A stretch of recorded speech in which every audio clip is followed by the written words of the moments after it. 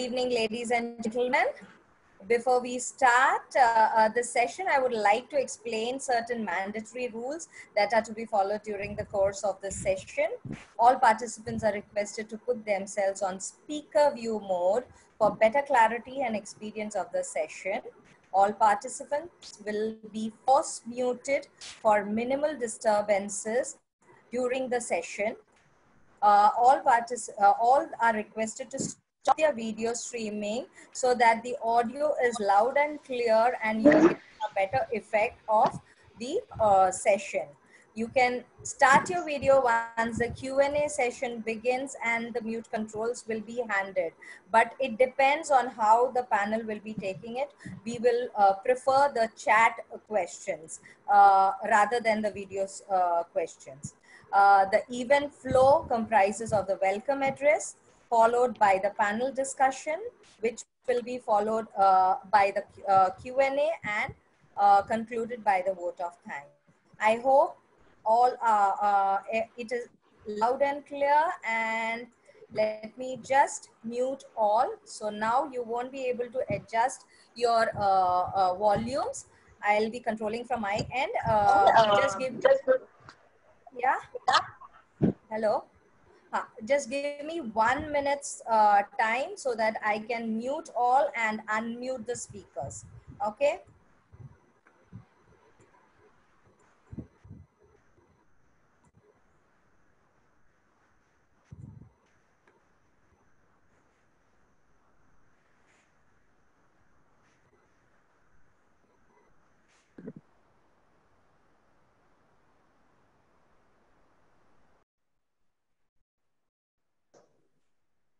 Where are you?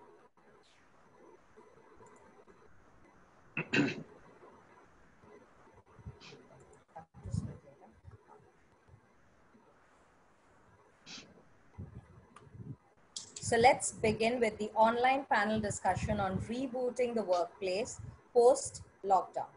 On behalf of the IMC Chamber of Commerce and Industry, I would like to extend a warm welcome to all our participants, dignitaries, speakers, and the panelists. To begin with, may I request Ashish Ved, President IMC Chamber of Commerce and Industry, to deliver the welcome address. Over to you, Mr. Ved. Thank you. Thank you, Selby. And good evening, ladies and gentlemen, and a very, very warm welcome to all of you. I must say rather cool welcome because it's really hot, but very warm welcome to all of you to the panel discussion on rebooting the workplace post the lockdown. Today, as always, IMC strives on unraveling the concerns, anxieties, and worries of its members. IMC would not only support, but also would like to handhold its members through the lockdown, but also post-lockdown. We are standing hopefully at the brink of the end of lockdown 4.0, which was imposed nationwide by the government. And let's hope we don't have a lockdown 5.0. And if we do have, at least let's hope there is some opening up slowly. The purpose of the lockdown was to check the spread of to break the chain of the deadly pandemic. All of us have been talking about the impact of the lockdown on the economy, trade, industry, business, etc. While there are two modes to it, one is the health part and the economy part. I think we've done pretty well on the health front. Let's hope we can do as well on the economy front. How are we going to start and still maintain a healthy, happy, and fitness levels and office environment when many of our colleagues and employees are going to travel to office post-lockdown? How will we still continue to being safe with social distancing in place? How can we achieve safe, healthy, physical, and economically fit India? These are a few of the questions to ponder over. Hence, our IMC Digital Technology Committee has brought together a few industry stalwarts who have thought of ways for working with social distancing norms during the times of the lockdown. They are an essential industry and hence had to work even during the lockdown, maintaining the rules and regulations of social distancing. They tried, tested, and have come up with some excellent solutions which can be imbibed by all of us when we are ready to operate once the lockdown is lifted. A panel discussion will emphasize on how to prepare for opening the workplace, best practices and precautions to be followed post-lockdown. It will cover the areas on preparation needed for opening the office, factory, warehouse, post-opening best practices which have to be followed for managing on a day-to-day basis, responsibilities which are common and anchored against employer, employee, and the support staff such as security, cleaning, food services, etc. Behavioral changes needed to adapt to the new normal in the case of a flat organization with no hierarchy, structured and subsidiary setup, balancing government regulations, office rules, and individual behaviors while functioning, and handling emergency situations. Besides this, I believe there are a lot of technical points. Besides these technical points, I think we have learned some practical points during these lockdowns, which I would like to share. One, for one, is the Zoom meetings, which we have all become accustomed to. And second is the washing of our hands every now and then. And I read a good joke on this morning. It says, my hand has had more alcohol than I have had in the whole year. Then the third is the cleaning of our gadgets every time we use them. Fourth is the importance of walking and cycling. Next is the minimum wastage. We should not be wasting stuff. Next is pooling of resources, whether it be carpooling or sharing other things. Next is socializing sensibly and not just at a drop of a hat running here and there for a party. Care for the needy. And the two last points, which are the most important, we've realized the shortage of hospitals in our city. The number of beds are so pathetically less that we need to ramp up our hospitality sector our hospitals in a big way. And lastly, e-education, which was never paid attention to. And we always had kids running here and there for education. I think e-education brings about, it's a nice way to educate the children. I welcome and thank our moderator, Dr. Pradeep Pense, Dean Academics, Part-Time Master Programs and Chief Technology Officer, V Schools, or rather Wellinger Education, our esteemed panelists, our very own Mark Fernandez, owner Sylvester & Company and Sylvester Forwarders Private Limited, Mr. Mehul Shah, Managing Director, N-Cube Ethicals Private Limited, Mr. Mukesh Kriplani, CEO, Parekh Plast India Limited, Mr. Sandeep Menon, Founder and Managing Director and CEO, Vastu Housing Finance Corporation Limited, for sparing the valuable time to educate us this evening on the topic despite the hectic schedules. I hope after this VC today, we will all be enriched to implement and practice social distancing and safety in our work environments. With these few words, over to you, Mr. Pense. Dr. Pense, sorry. Dr. Pense, yes. Yes, sir, I have unmuted you. From your end, you'll have to be unmuted. Thank you. Yeah, okay, I got it. Sir. Thank you, Mr. Ved. And I think thanks for doing the introduction of the panel as well. I mean, that also, I was talking to Selby that we have a very tight schedule and we have so much to learn from them. How do we manage it? But I think part of my job you've done already. So thanks so much. I must thank the entire digital committee, first of all, because they wholeheartedly supported this theme and topic which I had proposed.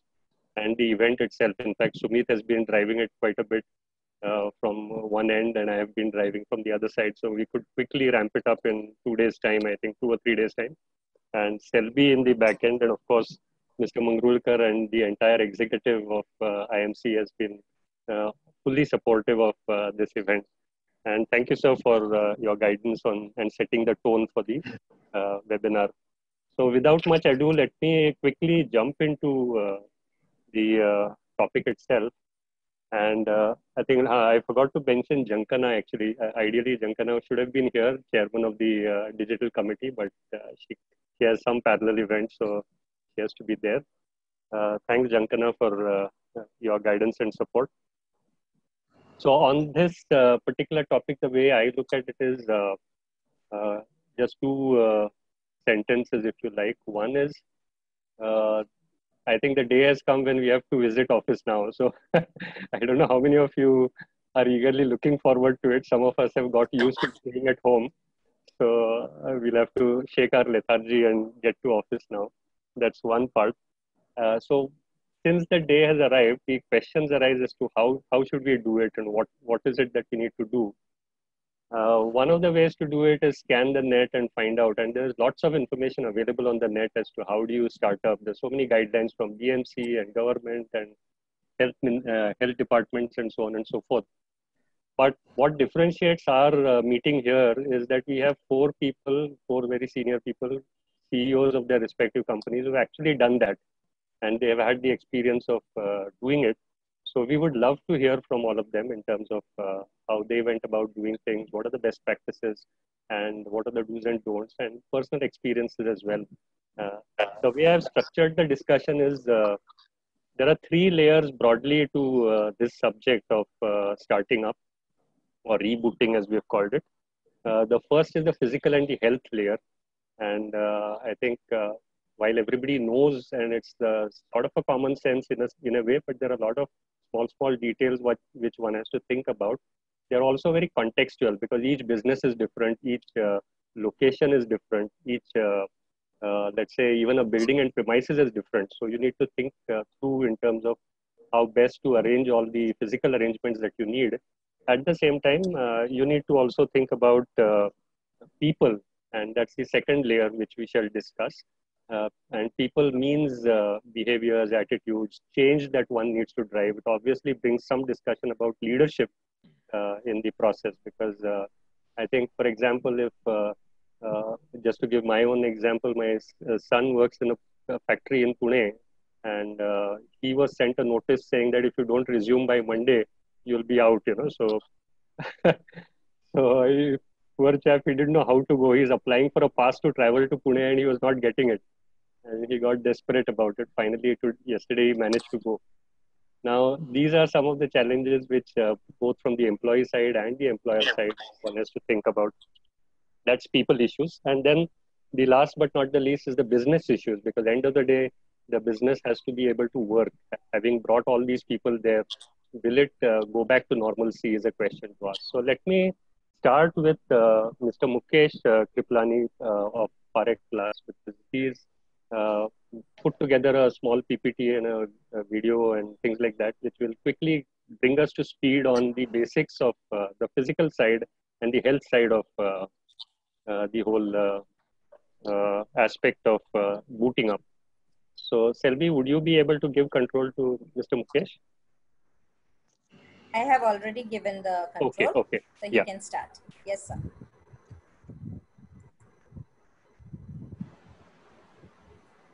Yeah, Mr. Mukesh? Has he?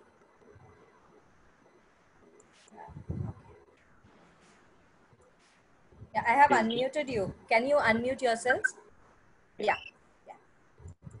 Hi, good evening, everyone, and thank you, IMC, and thank you, IMC Digital Committee, for having me over here. And can you see the slide? Yes. Yeah, okay.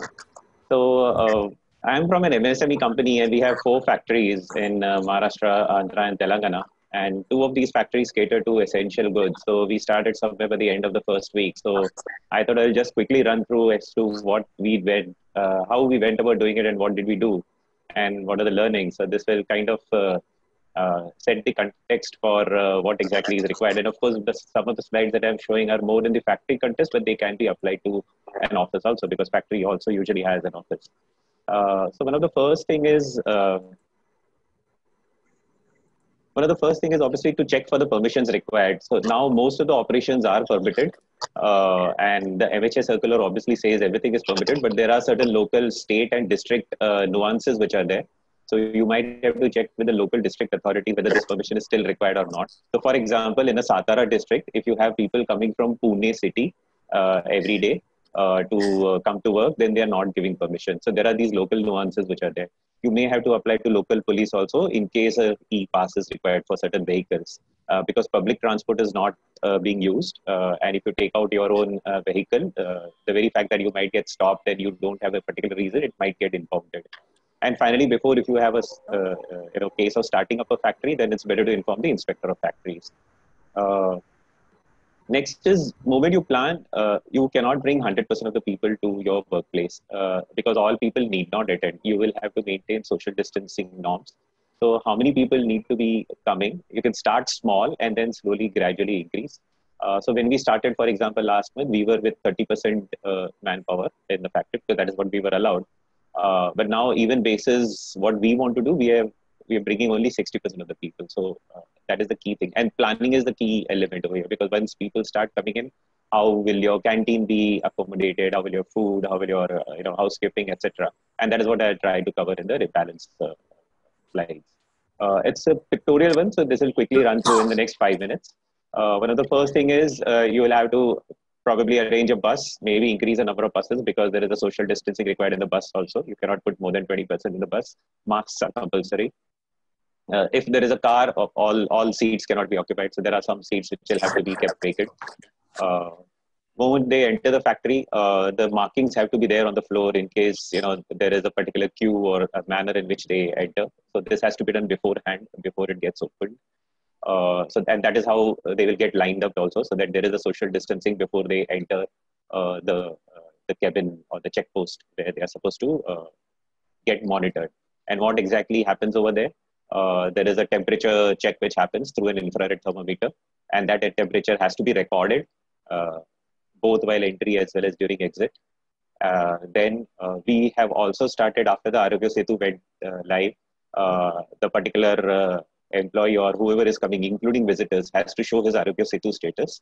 Now there are many guys who don't have a smartphone, so they're supposed to fill a declaration as to where all they have gone, any COVID area has been visited, orange zones, in which zones they are coming from, and also give a declaration about their health status like fever, cough, sore throat, shortness of breath, and stuff like that. And this thing is recorded and kept in the history. And in case there is an issue or something, there is an isolation area which is demarcated. So the person gets isolated over there until help arrives. You can call a doctor or you can send him home in case he's feeling restless. And then, of course, you have to follow up so that whether a particular checkup or something happened or not later on. Subsequent to that, there are these compulsory mandatory items which are there for everyone. There is a face mask which is compulsory for all. People have to sanitize their hands during entry, and nowadays you also have a foot operated sanitizer which is there. There are displays which are there both in English and the local and the Hindi language as per the place where it is situated, along with a list of do's and don'ts. And all these do's and don'ts are also, there's a training program which is done. The training program is again done by following social distancing norm with proper distancing, and it is done in the local language also. Basically, the areas covered are the necessity of face mask, any PPE, gloves, etc., hand sanitization, social distancing, and so on. What is also there is that this sanitizer should not be there only during the entrance to the main office. It is also there whenever you go from one department to another. So it is in the reception, or if you're entering another gate, or even any particular sub department. So at every entrance and exit, there is a sanitizer provision which is there, so that the person gets into the habit of doing it again and again. Even the shop floor needs to be remodified so that there are marked places as to where. So here also we have kind of rearranged with some material blocks in between. Admin office also has the same constraints of social distancing and wearing a face mask. We had a quality lab, so we also mandated the use of gloves because they keep on touching various lab bears. Even in the office, the regular cleaning of doorknobs, the reception desks and all that. In fact, there's also a link available for PC, mobile and laptop cleaning, so that can also be followed. Then within the place, you can have every 2 hours, there is sanitization which takes place. So there's a different sanitizer for indoor and outdoor. So this is one particular sanitizer which is usually alcohol based. For external ones, even the vehicles which are used to dispatch, even your goods which are packed and all that, those are also sanitized. This is a typical one which is usually used by farmers.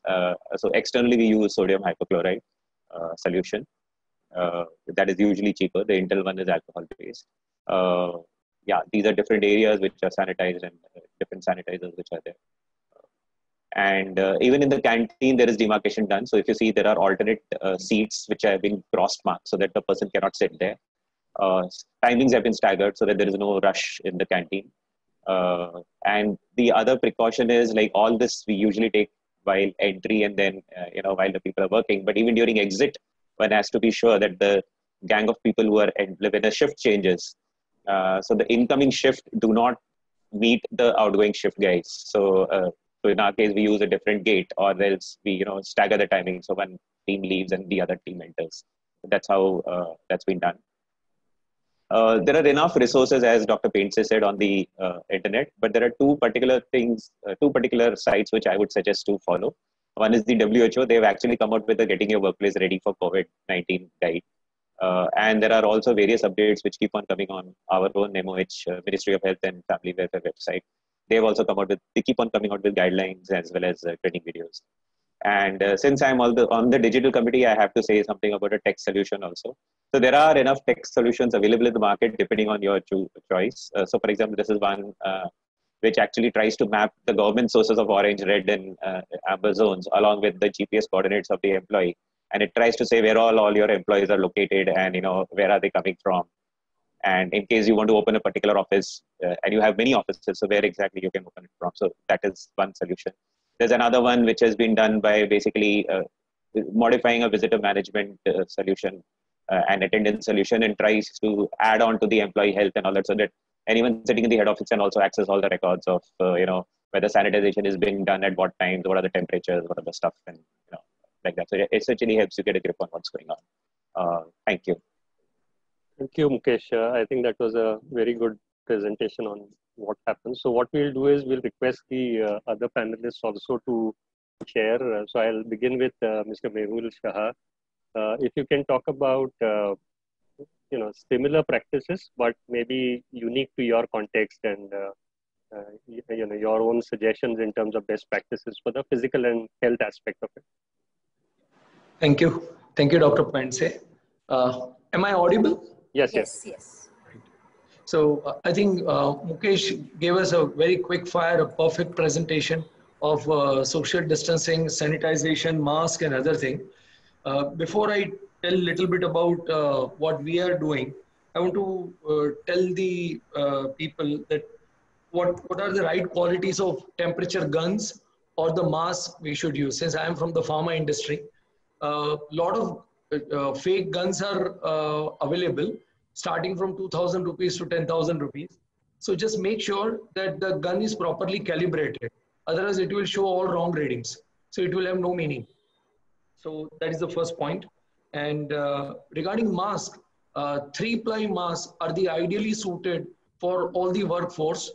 You will get the 3-ply mask with a special fabric where you can, the best test is that when you blow air, the air should not come out of the mask.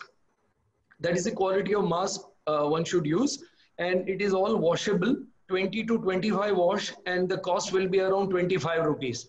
So you can imagine 1 rupee per day or 1.2 rupees per day per person. And you can give it to concerned people, 2 each, so that they can wash and bring it back.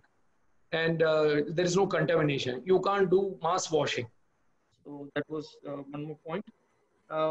Regarding the social distancing, I've seen that practicing that is a big challenge. We have a facility in Goa where 1,100 employees are working and 3-shift working. So we also scaled up slowly. We were closed only for 1 week, March end, and we started on 1st of April. First day, 55 people were there, and slowly today we have scaled up to 850 people. Many are stranded outside, and Goa government very strict, so they didn't allow the outsiders to come in. So one thing what is observed, that if you really want to practice proper social distancing, the working hours will go down by 30 to 45 minutes minimum per shift. If you give that piece, that's the starting point of winning hearts and minds of the people who are working with you. Because if you try to push that, I think no social distancing will work. In pharma, since we have change room practices that people can't go with the strict clothes, all the more it is very difficult if you try to push it. So this is the practical experience. Another thing, since the public transport is not working, we have to organize the public transport for pick up and drop. Normal course, it is available for few people, but now the public transport is not there, the entire team. So just to give you an idea that Goa, since the distance is not that much, it is per person per month cost of around 2,000 rupees. If I sum total pick up, drop, sanitization, mask. Wow. Mumbai, we have a R&D center in Mumbai, in the center at Morol, and there 170 people are working. Many are outside Mumbai, in Maharashtra and other places. So slowly we scaled up to 100. We started in the lockdown 2, around 20th of April. It was a huge challenge. culturally, mentally, because Mumbai being the worst affected area in the entire country. So with the social distancing norm and the proper pickup drop from east to west, central and other thing, you will be surprised that the cost of pickup drop itself in Mumbai is 7,500 rupees per person per month. Oof. Wow. So these are the things, and whereas in office, since you can work digitally, only 7 out of 70 people are coming, and I'm one of them. I'm sitting in my office. So all the three locations have different challenges. Right. Office, R&D center in Mumbai, and Goa. Office and the normal workplaces, you will find that when you restart after 2 months, my suggestion is first check on the all safety apart from safety norms, because a lot of electrical issues will come up. Air conditioning will not work, motors will not work, and you will have some short circuit and other issues. So suggestion is that 2-3 days, people should first sanitize, clean, ensure that the machines are operational or working, or the workplace is fine. Then only start the place. Do not just start. It may lead to some other issues. For example, where in office, none of the air conditionings were working, all the dust and all choke up, it was there. So it was impossible. And then when you do the sanitization with sodium hypochlorite, it is further catastrophic, because too much of sanitization is also very harmful. The chlorine, people's, the small pumping system, what Mukesh showed, normally people had 250 ml of sodium hypochlorite in 20 liters, and it is almost 1000 ppm. Anything above 5 ppm is very, very harmful. So just make sure that whoever is doing it and whatever you are doing, cleaning, proper wiping, etc. happens before people come to the desk. Otherwise, you will have more trouble.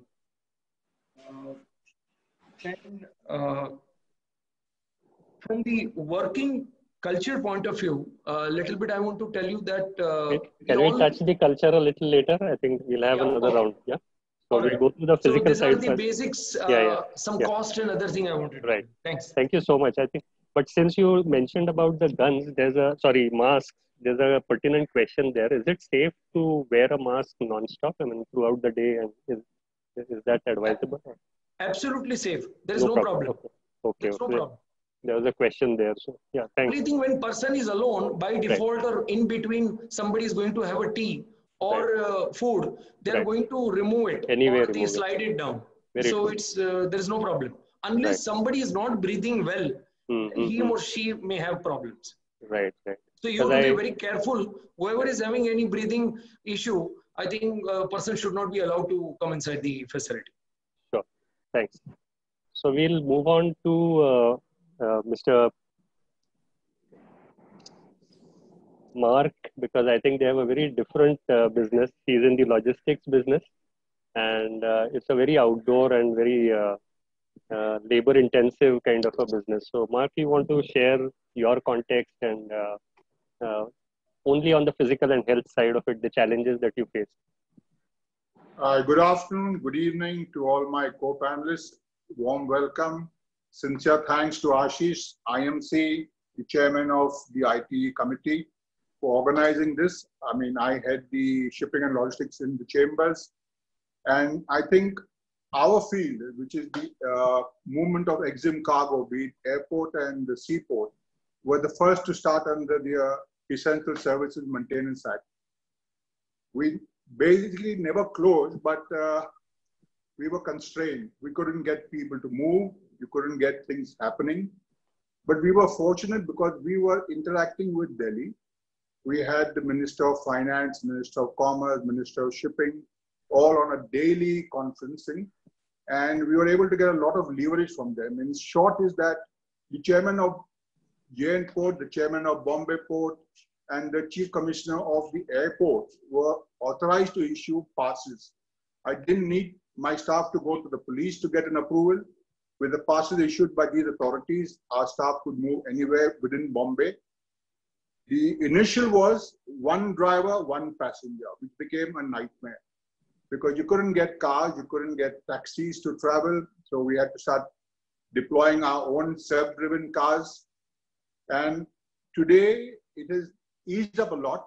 The government has permitted trucks to move. The government has permitted people in the field of the courier business also to move. So there's been a lot of relaxation. Coming down to the nitty-gritties of the benefits out of this COVID-19, I think it was a long overdue. Our Prime Minister tried it 7 years ago with Swachh Bharat. It didn't make any impact, but unfortunately, this COVID-19 will now compel us, all humans, to wake up, sit up, and acknowledge that hygiene comes first, and life has to be protected at all costs. No more throwing garbage on the road, no more spitting on the road, and no more wasting the resources of our planet. Coming down to the realities of operation in the field of the port, the airport, it's a Herculean task, because our operation is a service-based operation. It's not a manufacturing where we are concise to one location, one site. We operate out of 35 warehouses in JN Port. We operate out of airport. We operate out of all India. And also we have our associates based globally. We pick up cargo from the manufacturer in Germany, in America, have it transported to the airport, to the sea, and bring it across. So coming down to hygiene, I think basically is if each of us can be self-hygiene, is ensure that our hands are washed, ensure that we bathe morning and night, ensure that our clothes are not worn more than once. It's difficult, I know, but we must change our clothes every day. The need for a mask, I have a little bit of opinion on that. Wearing a mask is good, but wearing a mask in the outdoor, walking around, is not always a healthy thing, because it impacts your intake of oxygen. And we have had cases where people in the field under the hot sun have been collapsing. And we have told them that if you're alone, do not wear a mask. But if you are 3 or 4 together, then you must wear the mask. So coming to our offices, what have we done is we have sanitized the places as per the government's requirement. And we have followed the same sanitizer that do the ports and the airports. We have the leg installed hand sanitizer. We have the temperature gun, which is available and which are certified. I agree there are a lot of frauds happening in the market. Unfortunately, people are trying to make money even at the cost of somebody else's life, which is unfortunate. Other than that, all I can say is that we need to be hygienically attuned to a different way of life. We need to ensure that our neighbors are also kept clean. Our neighborhood, not neighbors, our neighborhood is kept clean. And I think we will overcome this soon. Once the government, we had a discussion yesterday, they hope to relax from 1st of June. But unfortunately, the city of Mumbai is not likely to be relaxed or lockdown removed. But the rural areas, I'm finding it much less. The impact is much less. Some of our staff have gone back to the villages and they say, sir, there is no COVID in our village. So I said, you're lucky to stay there. As earlier said, at the cost of repetition, yes, online operation has become the thing of the day. Most of our staff, which were office staff, I actually don't need to come to office anymore. They're operating from their homes. The downside would be we would lack the bonding or the interaction with the staff, but we'll have to relook at how we can make it a more practical solution. With this, I would like to say thank you, and any further points, next question. I will come back. So thank you so much. So we have the last comment from Sandeep Menon. Sorry to keep you waiting for so long. So Sandeep, you want to share, because Sandeep runs almost 65 branches all over India. So any experiences, particularly on the physical and health side of it? No, thank you for having me. I think it was great listening to all of you. And I think some of the practices that I've heard are very refreshing. I think we are doing some of those things very actively. And see, just to give you a background on what we do, we are a financial services company. So we have branches across 13 states. We have close to 800 plus employees. And the way we work essentially entails us to meet a lot of customers. So every month we add 1,000 plus customers. So we also have to give these customers loans, and we also need to collect. So there are 3 legs to our entire operation. One is what we covered, all of you already covered, in terms of how to make the workplace sanitized, clean, compliant.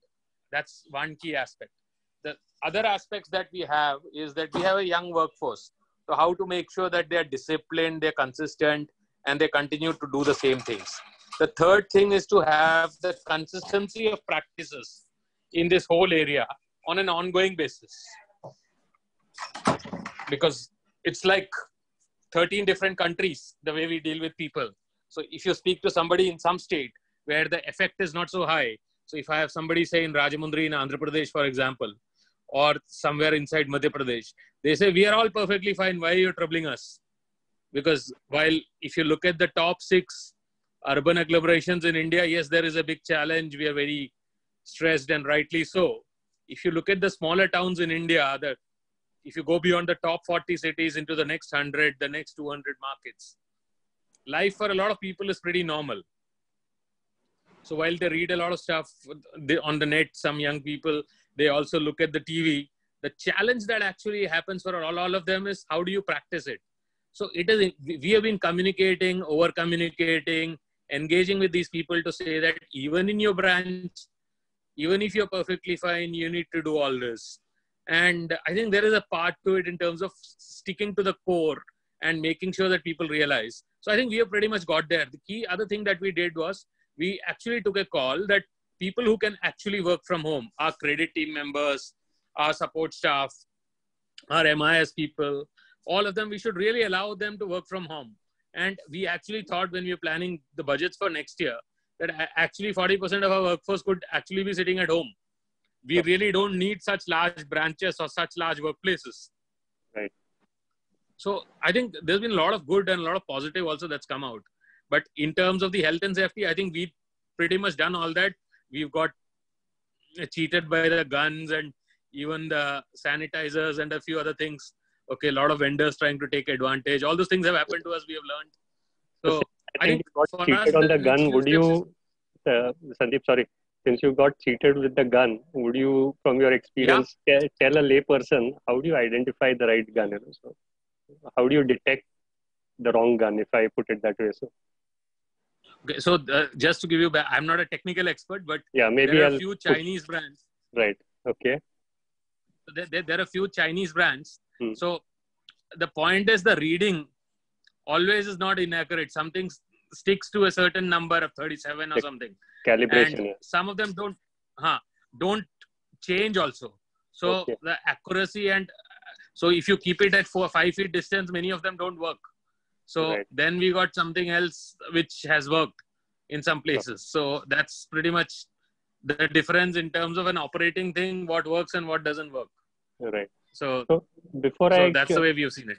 Thank you, Sandeep. So before I close this first part of it, I think there were a couple of questions on the chat. So one is to do with this disinfectant. And I think, Mehul, you might be the right person to answer this, because sodium hypochlorite, somebody is saying, is it good to use inside the offices on a regular basis? And what are the ill effects of these disinfectants and sanitizers, if at all, to health generally? And how do you know that they are working also? I mean, that's the third part to it. I think you'll have to unmute yourself, perhaps.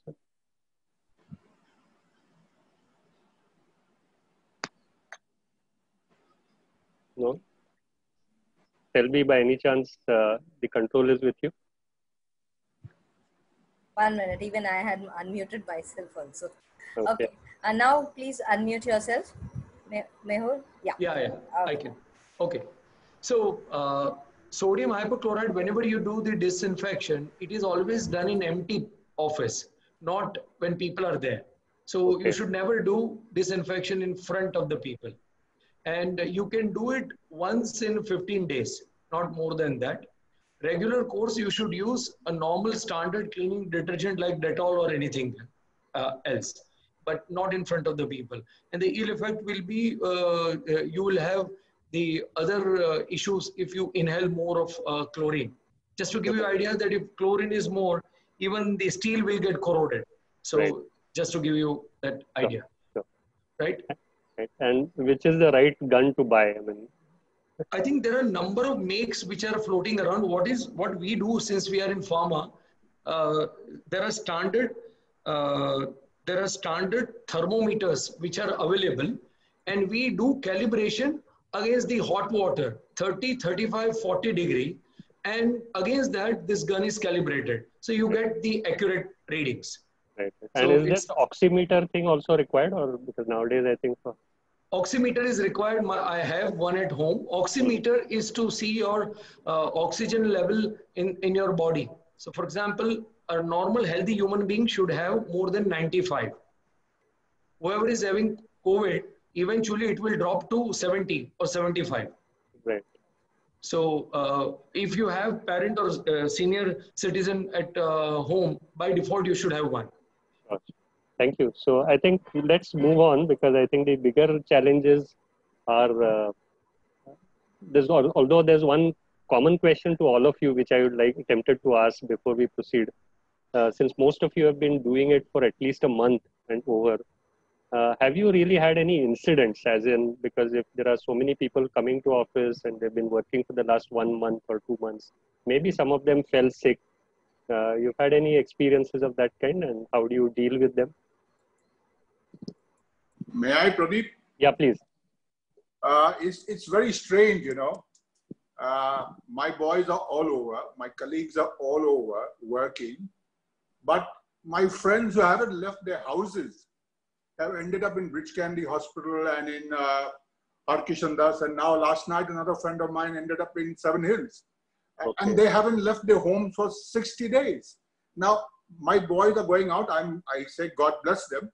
They are moving around, and I just got a complaint just now to the commissioner saying that there are 50 people in one officer's cabin standing near his door. So social distancing has gone for a toss. So I spoke with the commissioner. I said, listen, how do you allow this? I mean, today is the day when you have to enforce that people are at least 2 feet away. And this is a photograph in your office. So he was really upset. But I tell you, sometimes we have to do our R&D on ground. You know, it's what is always said in the news or on the WhatsApp is not actually factual. I mean, these guys are wealthy people. They haven't left their offices. One's above my house. He never left his place, and he's ended up in Bridge Candy Hospital. And I mean, in serious conditions where medication from Glenmark and all had to be obtained, which is under trial. But I would say, if so long as we are hygienically clean and we keep our hands washed and we wear a mask when we are in a group of people, I think we're pretty safe. We shouldn't get into the fear psychosis. Mentally, we should not get into the fear psychosis, because when you have a fear in your mind, you're already killing yourself down. Right. And another point, you know, wearing mask. I had a rather unfortunate incident of myself just in February, where I went into what you call CO2 narcosis, where my saturation dropped to ridiculous levels. And as said by Mehul, I think the oximeter, I think, is today that each office must have one. I mean, you never know when your saturation would drop, and you never know how strong your lungs are. We take things for granted.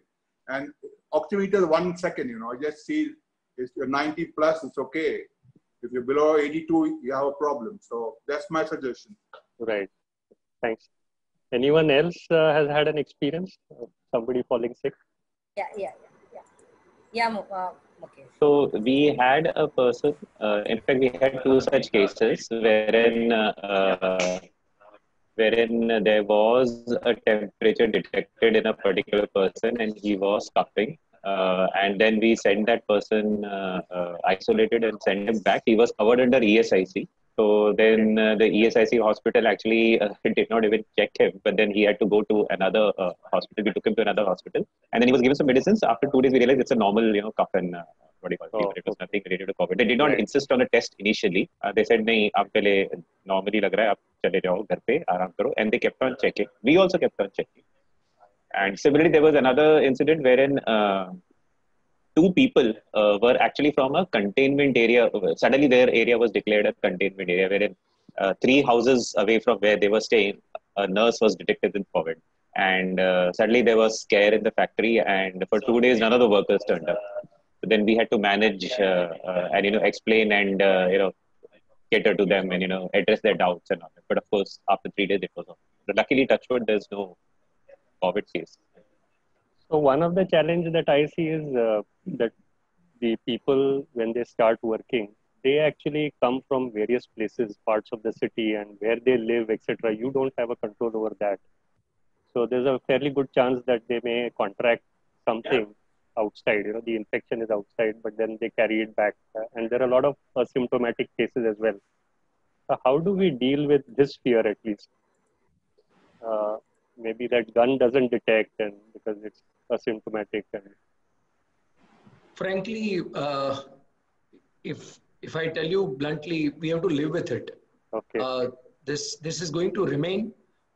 I don't think till mid 2021 vaccine is going to be out, or it may be by Q4 2021 also. right. So the only thing is we are all hoping in that in India the mortality rate is low. It is because of our immunity, because we have been living in quite unhygienic conditions, and one of the logical answer for your boys who are working on the field, they have been living in more unhygienic conditions than you and me are, and you can have that one small answer. Another thing I want to tell you that one of my friend had COVID, and yesterday only he got discharged from Nanavati Hospital. So I am very closely following the people who are in the hospital and how the treatment is happening. So I want to tell all of you that lot of cocktail of medicine going on. There are a number of I don't want to tell and complicate the names, etc. But first 2 months, the entire world, they were figuring out which medicines to give, because as there was nothing which was available. So available medicine, it is called as repurposing. So they repurpose the available, whether it is hydroxychloroquine or things like that. So a lot of people were going to the ventilator, but since India did the wise thing based on our healthcare facility of lockdown, we could learn from others, and plus our immunity. So what has happened is that India as such is famous for giving more antibiotics and things like that, general practitioner without understanding. So a lot of cocktail is given, and we are able to, I think, work on the mortality rate, and you will find world over, even in US cases have gone down in terms of mortality rate, because this cocktail of medicine is working to some extent. Okay. So moment in next 4 months time, for everyone's information, since I am from pharma industry, today we had a long session with Cadilla's MD in our association. So in next 4 months time, the fear will go down because the mortality rate is going to go down. Okay. For in India, whatever tests officially are published, we have around 2.4% mortality rate. Moment it goes below 1%, the number of tests will increase, then the fear will go down. And then we will narrow it down to the patients who are having some basic histories of diabetes, blood pressure, or dialysis, or things like that. Right. Thank you. So that gives some confidence, because my next question is going to be about bringing people back, really. I mean, it's about people, about culture, and about leadership. So how you are able to actually draw them in and keep them engaged. Of course, right now, also on a remote basis, that's a challenge, but in the physical world now, it will be a new normal. So what is that experience that you have had in terms of bringing that culture that is required? Anyone can take it. So. Could be taking the question. So I think there are two aspects to this. Right. One is, see, there's a lot of things which happen when you are physically present and you're talking to the employee. But in this particular case, when people are working from home, especially in the offices, because in the factories people are anyway attending and there is a personal touch. But when people are coming, not coming to offices, so you have to over communicate. As it is, Indians are very bad at communicating, and they do not communicate the good aspects. Like, I mean, we never appreciate a kid if he gets good marks. We actually say कि अच्छा 80 मिला है 90 क्यों नहीं मिला, 90 मिला है 95 क्यों नहीं मिला. So we have now gone on the other side. We are actually over communicating.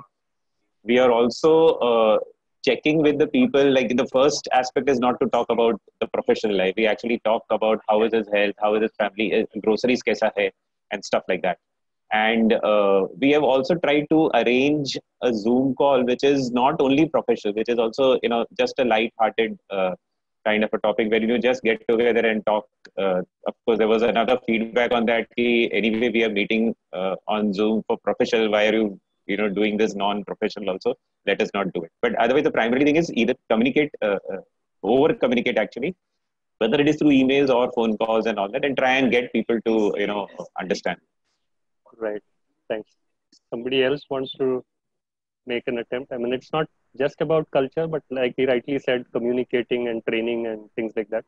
So were there any formal interventions that you did? And yeah, I want to tell you that when the lockdown started around 23rd of March, our senior leadership team, they are at different places, including Goa, Mumbai, somebody outside Mumbai. And normal course, you will find that in such crisis, people normally align if you communicate well. So what we have started as a company, top 8 people of the company, every Wednesday, come what may, we have an online video call on Microsoft Teams. So we have completed like this Wednesday, almost 10 meetings.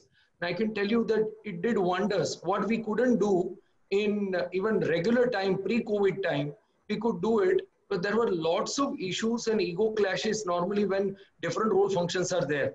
There are pulls and pushes. So this alignment of senior team is the first starting point of, according to me, leadership, and it worked very well because then there is a uniform message which goes all across. Right. So they are the starting point. So this is one area, and then rolling out a right theme. So as a company, we have rolled out 5 themes. One is employee satisfaction and well-being. We distributed, like others, some homeopathy pills and some guidance for how to remain healthy. Like I'm quite inclined towards Anulom Vilom. Right. So that breathing exercise. Sure. So it is made compulsory for everyone to do at least 15 minutes breathing exercise. I think people have really appreciated that well. One is the employees' satisfaction. Then second is the agility. Where do they do this? At home, you mean? At home, anywhere. Okay. You can do it workplace, anywhere. No, but workplace will be a little closed and AC and all that, so you may not want that. Yeah. At home. Okay, at home, yeah. At home. The second is homeopathy works according to you. I mean that. Yeah, it works. I have my brother-in-law who is #1 practicing homeopathy doctor in Chennai, and I am towards it. So great. I'm there too. I mean, we've all the time since childhood only had homeopathy, so I can vouch for it. But then I can vouch. Yeah. But then that's not the official position that we are taking here. But anyway, it's a personal experience. I have distributed to 1,100 families, all connected with us, and I'm keeping a track who gets this COVID or not. So let's at least it should help in boosting the immunity. I mean, absolutely, it is distributed as immunity booster only, with the disclaimer that we do not claim to do this. That's right. Second is the agility, flexibility. Like nothing is going to be now. There is a level playing field of uncertainty for the entire world, at least for next 6 months. Sure. So in this time, agility and flexibility, whatever you do in office or home or coming or going or production or anything, everything people will have to link it to agility. Third is the cost optimization and resource optimization. Cost optimization is not like a typical cut, but in an innovative way. And resource optimization, as Mr. Mark said very clearly, that you don't need so many offices. or sorry, somebody said, Mr. Sandeep, sorry, that you don't need so many offices. We came to know that so many people were working only for 4 hours in the office, and they didn't have work. For years together, they were working. So new skill sets are being added, and resource optimization, which we never thought in normal times. And the last is the customer satisfaction. Right. So, very nice. Good insights. So one other associated question which I had was with reference to culture is, we are a hierarchical society in a sense, So, for example, if my boss is not wearing a mask for a moment, do I have the courage to tell him, boss, you're not wearing the mask, please wear it? So what is your experience about it? Because I think when you want that those practices to stick, you should really democratize it. So you should actually encourage even your junior to tell you that if you've not done something right, let's say you've forgotten to wash your hands or you've done something, does he have the comfort to tell you that? So towards that, have you done something, any of you? Because otherwise, many a times you find we have this thing about privileges, So the senior guy has all the privilege; he can bypass all the rules. That's so much into our mindset. Now, here, of course, it's about personal health, so people may not think that way, but still there's a possibility that the junior may be scared to tell you. So, in pharma, we do not have such issue. Okay. Because we are habituated of a lot of discipline. Okay. Yeah, including the seniors, because you have a set procedure and all that. Right. But I think the management will have a lot of problem with the outdoor staff, because we are noticing a lot of our outdoor staff just take it very easily. They don't wear the mask. They don't use the gloves given to them. And we're trying to cajole them and mentally say, listen, this is for your own safety and your family, and bring the family in. That if you don't be responsible, think of your family. And hopefully it works. Right. And you would also advise them to practice the same at home, right? Yeah, absolutely. They can't they can't relax. It has to be a inbuilt habit now. Right. But the other side of it, the question I was asking, has somebody had the courage to tell you, or you forgot? No. The point is, if the bosses don't wear it, then they can't talk to the staff. So I think all the bosses know what they're doing, and they would be wearing their mask or would take the precaution that's required. I don't think we would be looking at the bosses or the senior management not following the orders or the SOPs. So there's an interesting Harvard article recently which I read, which talks exactly about this issue. And there's a certain communication that goes to the bosses as to what they should be doing in terms of communicating downwards. But there's an equal communication going to the lower level people to say that you should have the confidence to tell the boss that you've not done. And it works brilliantly, because then anyone who defaults is corrected on the spot. And because it's about everybody's interest, people take it in the right spirit. That's one part. The other piece that I wanted to bring out is, do you measure, like for example, in quality, we measure defects. So do you is there any metrics of, the incidents that happened, or let's say small things that I forgot to wear the mask is also, in a sense, an incident. It should be probably measured and it should be highlighted. So as a team, maybe my team has 90% compliance and yours has 95% compliance, which shows that you are doing better. Do you have any such mechanism? Because ultimately it's about a process which you are trying to implement and imbibe. So you need mechanisms to monitor it as well. I think basically in an office management or like a BPO where you have large amount of staff in a certain area, you could do that. You could have a metrics on who's doing it, who's not doing it. But in our field, actually, where our boys are all over, our staff are all over different zones. Difficult, yeah. Very difficult to track them. Sure, I try and get them to send me photographs of what is happening in the site. Right. And sometimes I catch them without the mask. So I just tell them, I say, what are you up to? But very difficult to have a metric for outdoor staff. But in-house office staff, I think it can be done. Right. Mehul, you want to say something, because your R&D setup will be like a fixed set of people inside an office. Right. So would you be able to sort of create a competitive spirit among them for compliance? Right. See, with respect to compliance, with respect to right now social distancing and all, I don't think there is any issue because there is already a lot of fear for the white collar people, and they themselves are more caring. You don't have to tell them because Right. white collar, the issue is normally at the working side. Like Goa, we have more issues during lunchtime queue and all. Mm. During only photographs, they follow social distancing, or when somebody is doing the video. But Right. actually speaking, if you go to any canteen, I am still doubtful Right. whether Right. 200 people they're following that very systematically. Oh yeah.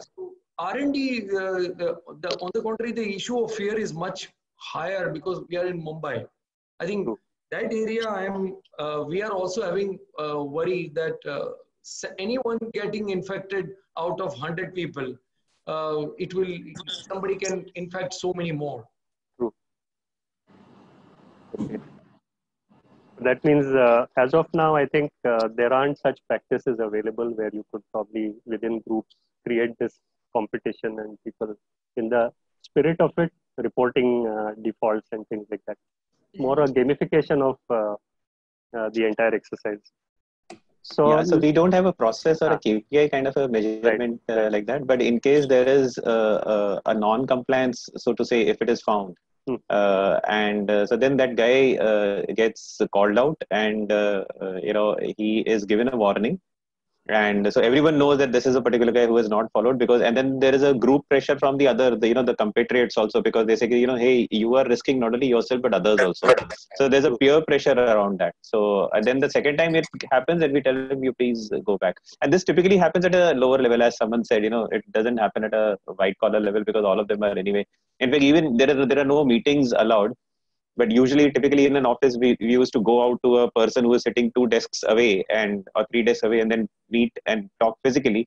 That also now happens through the intercom. So that is the kind of stuff which is happening. Right. So people are aware, like. So I'm told there's a question which has been repeatedly coming on the chat, which is how do you handle doors and doorknobs and things like that? Because that's again a practice which has to mature, where you don't touch it or you keep it clean and things like that. So you want to say, Mukesh, since you are online? Yeah. So first of all, doorknobs are cleaned every 2 hours in reception areas, and also that's what I said. We are also any person who goes and just touches it, he tries and use his foot to open the door, rather than try and avoid the use of the hand per se, or use an elbow or something like that. So that is what is practiced. But yeah, to as far as possible, avoid touching the door handles and the door thing. And in case something happens, then you do come back with do come back and wash your hands with soap and water or the hand wash. Right. The most important thing we all forget is this doors or handles or things like that, because we all have a habit of touching our face and nose. Face, yeah. That is the only thing. If we avoid, then you need not worry about doors and handles and all. Let it happen normally. Beyond the point, suppose after 1 month, the habit of sanitization or washing will go down when people are working at office, desks, papers, etc., etc. So touching face is very, very crucial in this entire thing. Whatever we are talking about is touching your nose. Right. Just to add to what Mehul said, actually there was a Zoom conference going on, and we had one of the head of operations sitting in one of the factories, and in the Zoom he was wearing a mask and everything, but I noticed that he was touching his mask, adjusting again and again, and touching his eyes and all that. So then I had to call out to him on a private chat and tell him, like, stop doing that. Why are you doing that? So, and that is a big habit change, as Mehul says. We really touch our faces quite a lot of time, and one has to be really conscious not to do that. Very true. The other thing is getting people to office. I think there are some questions around that. And so is there any experience of having difficult situations, people not willing to come to office and things like that? And how do you deal with them? Yeah, so in one of our factories, we did have when the first time when you start, this definitely happens. So in an office, it's an easier way to handle it because you always have an option of work from home. But in a factory setup, you have to have the workers to come to the place of work. So this happens only through counseling. We could only speak. In fact, there was a particular village. We had to speak to the mukhya of the village also in the local language, and Marathi mein samjhana pada that it took some time. In fact, there were some guys who left at 6 a.m. from their societies because the society chairman was not allowing them to leave. So 6 a.m. they used to leave in spite of the office timing at 9 a.m. This happened initially in the first 2 weeks when we had just started in April. Now it is more or less settled. Okay. But there's no experience of having to incentivize people, because this is like, you are asking me to do a hazardous job, so pay me something more. It's not at that side of a situation. No, that's a different situation in the sense there is a large amount of absenteeism also that was taking place. So we also had to kind of give a hidden message that coming to work and making the operation start will help our own liquidity, and that is how we will get cash. And the other thing was around the purpose, like if doctors and nurses also sit at home and say they are at risk, then what will happen? And they were actually coming and making packaging material for sanitizers and stuff like that at that time. Hence this is required for the country. So both those messaging was done. Right. I think sorry. Doctor, there is one different mindset also. Sure. The government says pay your staff salary even though they are at home due to lockdown. Right. Now, this has actually played a psychological game on the employees of not wanting to come to work. Yeah. Sure. Now that the Supreme Court and court has upheld that it is not mandatory to pay the salaries, now the people, the laborers, the workers are realizing that they can no longer claim that they can get paid by staying home. So they are eager to come to work. And most of them are now mentally set themselves, listen, we don't work, we don't get salary. And those who can't come, if they are, if the area is sealed or contained, then they send photographs. So there has been a tremendous shift after the courts have intervened that no work, no salary is not a guarantee given by the government. Right. Because if the business doesn't earn, where will it pay from? Absolutely. I understand. That's right. Yes. And nobody giving you the fund which they are promising. So it's a double-edged sword. Correct. Mr. Mehul wanted to say something. Mehul, you want to say something? Yeah. What I want to say is, if you know, our Prime Minister, before first lockdown, he said everyone should pay. And if you have seen from the second address onwards, he removed that statement. So he understood the repercussions. Right. So frankly, all the manufacturing companies have in a very subtle way returned to everyone that no work, no pay. Right. And it's a fact of life. Similarly, people who are not coming to office, there are two things.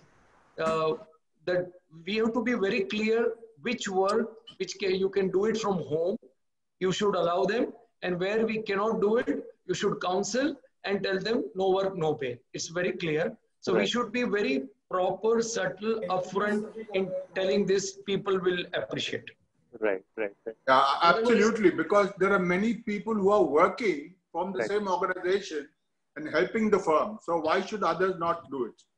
Right, no, what is happening is there is a comparison between certain people who are working from home and the certain people have to come for work. Now there is a problem. In the same office or in the same R&D center, like we have a support staff, project management staff, they can work from home. But the analyst or the actual doers cannot work from home. So there, how do you communicate? Convince them, very, very important. And coming to incentivizing, I think the people who are coming for work, etc., in some or the other way, we have to take care of them. Like, for example, in pharma, whether it's we have an increment or something, we are going to take care of those people and the people who are working. So you have to find some ways of incentivizing them, because some crowd is not coming working and some crowd is coming. Sure. Okay. Plus, during shortage, like in pharma, we are not allowed to work more than 8 hours because of global rules. So suppose if people are working right now for 12 hours, you have to incentivize them, and you have to do in some way, because as I told you, the optimization of resources, it's a mix of several things. And I'm sure everyone having their own nuances in their business, if you put on paper, discuss with your senior leadership team, you will find your winning formula within the available situation. What 5 key things every organization should do. Right.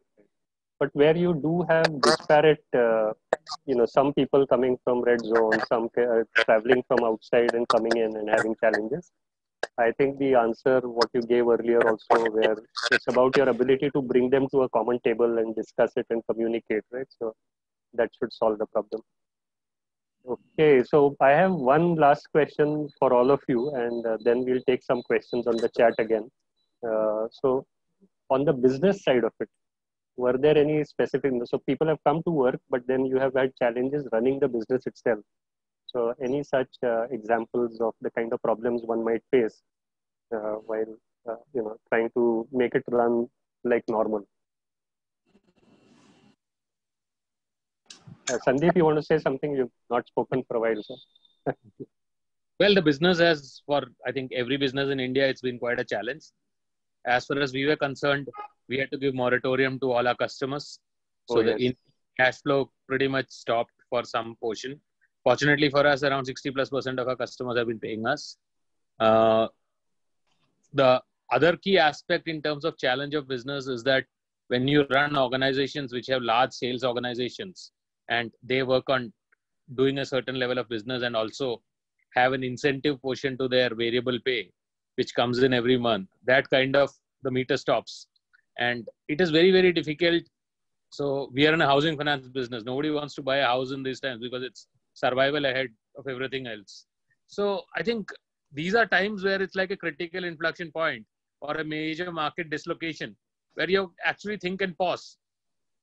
What happens if this lasts for 6 months or 1 year or more? So how do you address these issues? So what you have to do is you have to engage with your teams, as somebody mentioned, communicate, engage your people, align them to this fact that what are the things that they have to do, engage with your customers, understand their requirements, figure out how we can support them, engage your ecosystem in terms of your bankers or your others who actually support you in your business to make sure that you continue to stay engaged, stay active, and in our business, stay visibly solvent to make sure that you continue to sustain this. And see, employees are trained, they are hard to get. So it's not that you take a shortcut and say that, okay, this next 3 months, we don't have business, so we should send some people home. So as far as possible, we should link this to performance management. And if people have done well for you over a historically 3-4 year period, you have to protect them and take care of them. That's an investment in your future. And also, one of the things that we have done is to essentially figure out what are the things that you can do now in the new normal where you don't need such large premises. How many of our people can work from home? And you'll be surprised to know a lot of people are very disciplined and very committed, and their productivity levels are as high or better working from home. So as long as you take care of that and you understand that and communicate appropriately, we were a pretty digital platform. So for us, for allowing people to work from home was not a very big ask.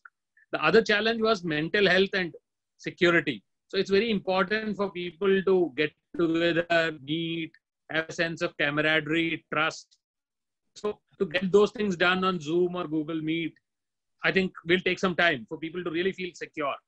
So it is very important for you to make sure people are secure.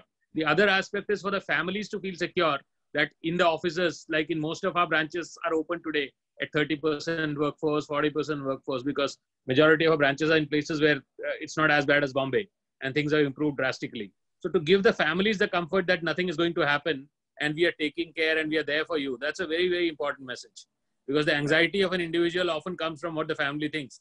And whether he's got elderly parents at home, he's coming out to work, whether somebody else will fall ill because of. So these are the softer aspects that we need to really look at. Right. So, for example, would you have had a chat with family members as well, or how is it? So what we have done is we organized, somebody else said, a few Zoom calls with family members of great. Variety of people. And got people to actually enjoy this at various levels and with the local teams and also. I think that's very, very important. So in fact, somebody's wife called me from Rajasthan and said, this is what is happening. What do you say? What should I tell this guy? So I told him, yeah, you should tell him to stay at home. You're doing the right thing. Right. So these things do happen once in a while. But I think if you engage with people, life becomes far easier. That's right. Yes. So any other specific business issues? Of course, these maybe on the supply side of it, or because you want certain things, and the suppliers probably end up being infected and things like that. So, see, one of the benefits out of this COVID yeah, is that actually it has forced the Indian industry to go online. Sure. The Indian industry has been very reluctant to go online. Very true. And now everybody, every industry, every businessman, be it service industry, any field, has realized the importance of doing business online. Today, people always blame the custom department and port for corruption at the highest level. But if you actually see today, we are clearing more than 4,000 containers through the port without 1 rupee going to any officer. So I think it's a great blessing, and I think we should promote online. And online is a thing that should be greatly motivated by all industries. And as said earlier, also keeping staff at home, people who are making documents, filling documents, they need not come to your office. They can do it from their home. Right. I totally agree with that. Sure. So I think I'll just quickly switch over to a couple of repeated questions. One is about the use of air conditioning in offices. So is it advisable? Is it done non-stop? How do you handle it? Or are there, because many offices are designed in a manner where there aren't really open windows available thanks to the design convenient for ACs. But so how do you handle? That's one. The second question is, if somebody at work falls ill, then what do you do? So given the challenge of getting an ambulance and admitting a person or getting a test done, how can a SME company manage to do all this on behalf of the employee? So you can take both the questions and answer them, I guess. Okay, I'll answer first the second question. Right. When normally the employee the employee will not be that badly ill by which you have to take him to the hospital. Otherwise, you will not take him in only. So okay.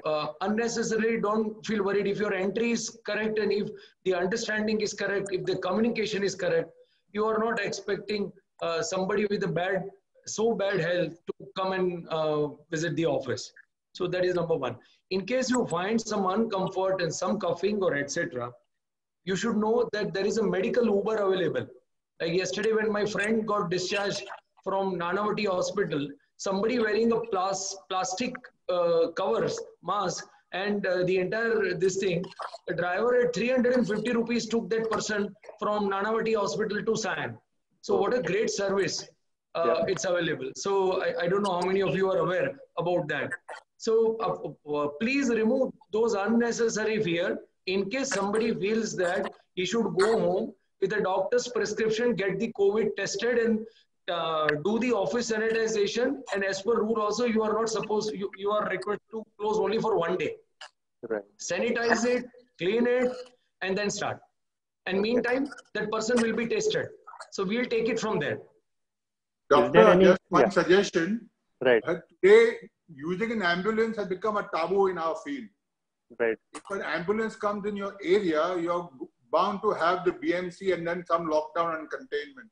Today, True. People going from hospital prefer to go in private cars. And as said by Uber, Uber is doing it. And a couple of other private organizations are also doing this. Ambulance is getting to be a rather taboo for people to call in or to go to hospital. Okay. But just as a follow-up to this, you would detect the person at the gate, and in case he's showing some signs, would you take charge of him or would you send him back? What would you do? Send him back. 100%. He should be back. Yeah, but in the sense you don't take accountability for that, in the sense that you want to help him with the hospital, or so that's a difficult situation. No, as I told you, the employee should be very clearly communicated. If you are not feeling well, if you have fever or something, and this, please do not come for work. Right. Very simple. Okay. So, see, we will not have solutions for every single problem. Absolutely. There is something which is called as basic discipline. You have to follow all basic discipline and follow it That's his thoroughly. personal call. Yeah, that's right. Yeah. So, doctor, as Mehul said, it's actually right. Usually, a person thinks a cough is normal. Kabhi kabhi cheek aa gayi and all that. So, people do come, and that is what usually prevents. And you want to take an extra caution and send him back. As I said when I was speaking, in case there is a fever or a temperature which is recorded, so in an office, then you can actually guide him to the local doctor who you would have tied up with, and he can then advise some medicine, and so that he can go back and check it, because he may not be comfortable going to whatever doctor or hospital that you are suggesting. In the Right. case of worker, for example, as I suggested, he went to an ESIC hospital. That person refused, and then he was guided to another hospital, and then within 2 days, of course, we came to know it was. We also, just to add on to what he said, is in case there is such a kind of a thing, whoever is in close working contacts with that particular person may have to be also isolated for 3 days, just to see whether in case any symptoms or something develop or not. So that is a call that an individual, different individuals may take differently. So Right. So I think I should be worried because I have this habit. Every time I step out in the sun, I sneeze. normal sneezing is different. So, but it's guaranteed in my case. So if I step out in the sun, I always sneeze. So people around will start thinking. But on that note, let me close this session. I think we've run out of time. But thank you so much, gentlemen, for such a wonderful discussion.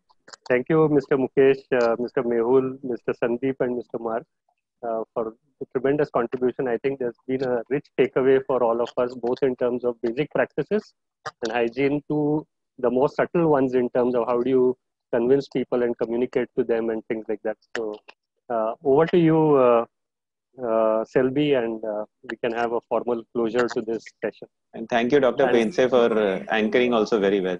Yeah, and thanks to all the participants. That I think we've had a very patient list of, I think, almost 100 people who stayed right through, but also raised a lot of questions. I'm sure some questions went unanswered, but I hope we'll be able to answer them offline sometimes. Doctor, can we take that one question which was coming again and Which again? one? Which The one? AC part in No, offices. it was answered. No. Okay. Yeah. No, I don't think it was answered. So somebody wants to quickly answer that? Yeah. Please. Whether So- offices should run the ACs. Many people Because have it's a asked this hazard. question. So yeah, a lot of people are asking, should we keep it on? Should we? There are 2 points of thoughts on this. An air conditioning system also filters. Right. And air conditioning system also contains what sickness comes in, remains in. So it's a call that one organization must take. You can't have a SOP on air conditioning be there or not. I mean, I would like it not to be there, but certain offices in Bombay just don't have it. They're all 4 walls. So what do you do?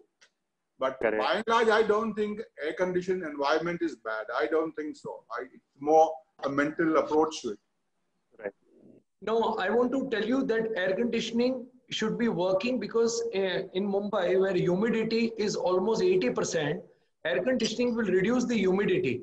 And this water droplets, there are 2 sets of filters. Normal air conditioning, the water droplets through filter will go and come back. These chances are very less. So if somebody is sneezing and all, again, I'm going back to the basic discipline that we need to practice basic discipline. You will not have solutions for indiscipline. But air conditioning is required now that monsoon is approaching. It will become too bad if the humidity goes to 95%. Right. I will just add to this. When we were young, or when I was young, decades ago, if you had fever, air conditioning fans were put off. Right. But today, if you have fever, even at 104, you're in an air-conditioned room. You're in an air-conditioned hospital. So air conditioning is not the ground for, to be feared or have a fear psychosis. Okay. Thank you so much. So I think with that, let's close it. I think over to you, Selby.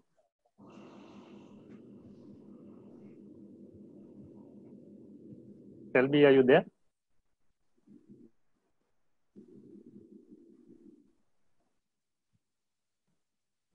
Selby is mute. Okay. Hello. Sorry. I was on mute. So as we move on to the end of this highly educating session, I think everybody have gained from it. May I request Mr. Sumit Rajwade, Co-Chairman, IMC Digital Technology Committee, and CTO and Country Leader Logo Infosoft to conclude by presenting the vote of thanks. Over to you, Mr. Sumit. 1 minute, I'll just unmute you. Yeah, now you have to unmute from your end. Yeah. Can you hear me? Yeah. Am I audible? Yes, very much. So, what a fantastic, informative event today. And while we are on the verge of opening our workplaces, couldn't have been a better informative session than this. I would like to start by thanking our President DG Ajit Mehta, and all the team at IMC for organizing this informative and reality touch session in such a short notice. I think it is received very well. I'm thanking all the esteemed panelists comprising of Mr. Mark Fernandez, Mr. Mehul Shah, Mr. Sandeep Menon, and Mr. Mukesh Kritlani for their valuable inputs. Thanking the moderator, as always, the fantastic moderator we have as a part of our community, for giving us the right guidance in terms of channelizing this session in the shortest possible time and taking the right questions. And thank you all guests for patiently listening, because as we all know, COVID-19 is here to stay, as most of the panelists also talked about it. This session will give us the much needed confidence to take care of it, to fight it, and emerge stronger and victorious. Thank you all. Thank you. Thank you. Thank you. Thank you. Thank you, everybody. Thank you, friends, for your kind cooperation, patient hearing, and active participation. Thank you very much. And if any more such to be organized, which will be helpful to people, please write to IMC. Okay. Bye. Thanks. Bye. Bye. Thank you. Bye. Bye, everyone. Yeah. Bye. Thanks. Thank you.